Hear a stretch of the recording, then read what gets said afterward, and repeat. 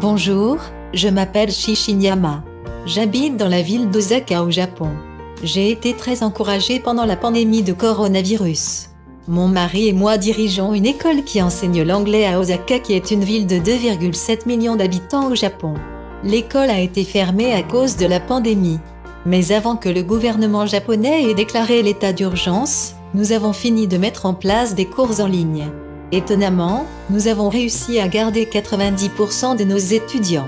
Mais j'ai été encore plus étonnée par une ancienne élève, une femme de 60 ans nommée Shikako, qui m'a contactée au plus fort de la pandémie au Japon. Nous nous connaissons depuis 13 ans, mais nous nous sommes perdus de vue il y a environ 2 ans. Puis un jour, alors que je rentrais de mon bureau, j'ai reçu un message d'elle sur Facebook. Elle m'a écrit en disant qu'elle voulait venir à mon église même si la pandémie se propage.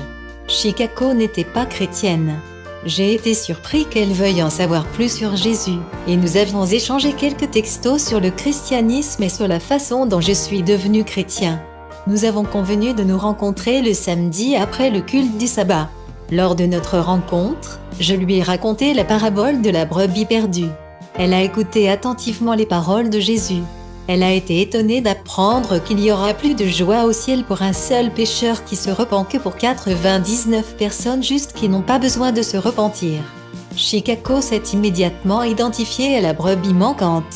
Elle a dit que Jésus l'appelait à le suivre depuis de nombreuses années, mais elle voulait prendre la décision à son propre rythme. Ces mots m'ont stupéfiée. Puis elle a décidé d'arrêter d'ignorer Jésus et a voulu se faire baptiser.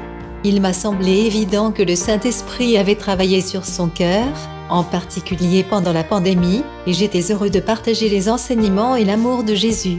Nous nous sommes revus plusieurs fois par la suite.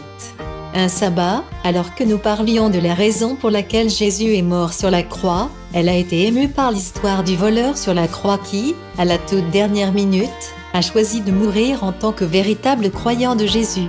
Shikako a été très touchée par le fait que Jésus aime toujours et est prêt à pardonner.